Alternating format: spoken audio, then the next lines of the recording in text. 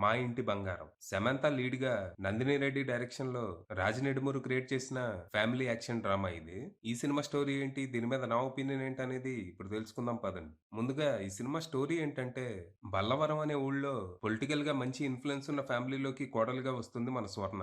తనది అత్తింటి వాళ్ళకి ఇష్టం లేని ప్రేమ పెళ్లవ్వటంతో వాళ్ళని ఇంప్రెస్ చేయటానికి, మంచి కోడలు అనిపించుకోవటానికి నానా తంటాలు పడుతూ ఉంటది. అంతా బాగుంది, అన్నీ సర్దుకుంటున్నాయనే టైంకి తన గతం తనని వెతుక్కుంటూ వస్తది. కరుణ అనే ఓ క్రిమినల్ స్వర్ణని, తన ఫ్యామిలీని టార్గెట్ చేసి ఇబ్బంది పెట్టడం మొదలుపెడతాడు. మరి ఈ పరిస్థితుల్లో స్వర్ణ ఏం చేసింది? ఈ కరుణ ఎవరు? స్వర్ణని వెతుక్కుంటూ ఎందుకొచ్చాడు? అసలు స్వర్ణ గతమేంటి? తనకి కరుణకి ఉన్న రిలేషన్ ఏంటి? చివరికి తన ఫ్యామిలీని కాపాడుకోవటానికి స్వర్ణ ఎలాంటి పోరాటం చేసిందనేది మీరు సినిమా చూసి తెలుసుకోవాలి. ఇక ఈ సినిమా పర్లేదు.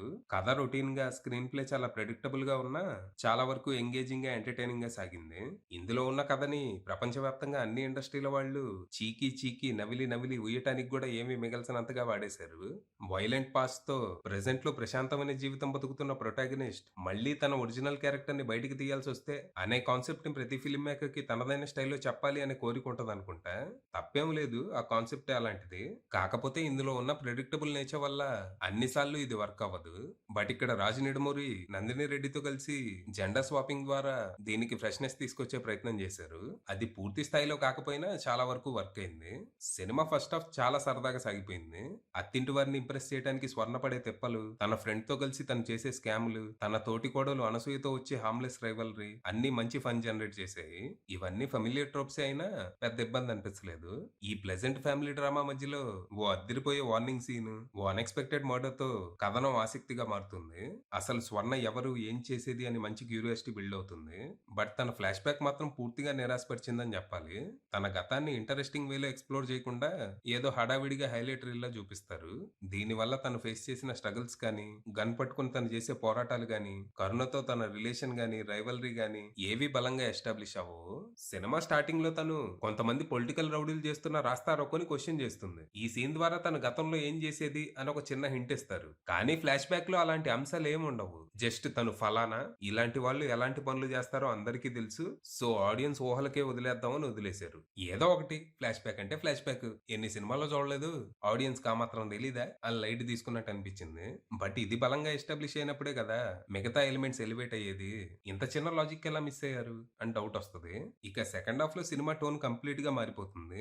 లైట్ హార్టెడ్ ఫ్యామిలీ డ్రామా నుంచి సీరియస్ యాక్షన్ డ్రామాగా మారుతుంది. బట్ ఇక్కడ లేజీ రైటింగ్ వల్ల క్యారెక్టర్స్ మధ్య డ్రామా చాలా పేలవంగా అనిపిస్తుంది. స్వర్ణ క్యారెక్టర్ తప్ప మిగిలిన క్యారెక్టర్స్ అన్ని చాలా క్లూలెస్ గా మారిపోతాయి.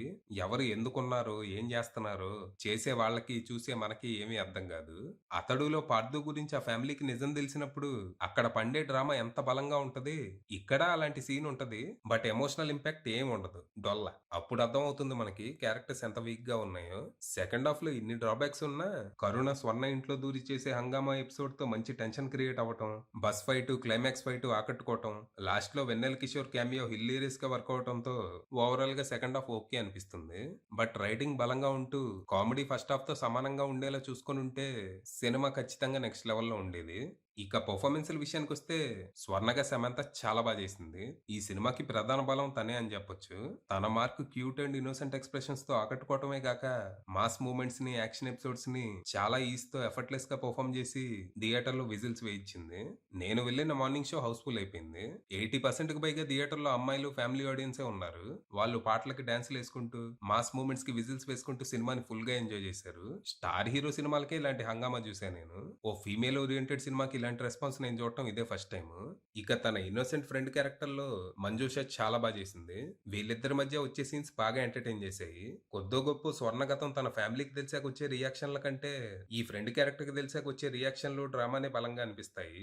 ఇక అనసూయగా శ్రీముఖి కూడా చాలా చేసింది. తనకి సమంతకి మధ్య వచ్చే సీన్స్ బాగా నవ్వించాయి. ఇక కరుణగా గుల్షన్ దేవయ్య కూడా ఆకట్టుకున్నాడు.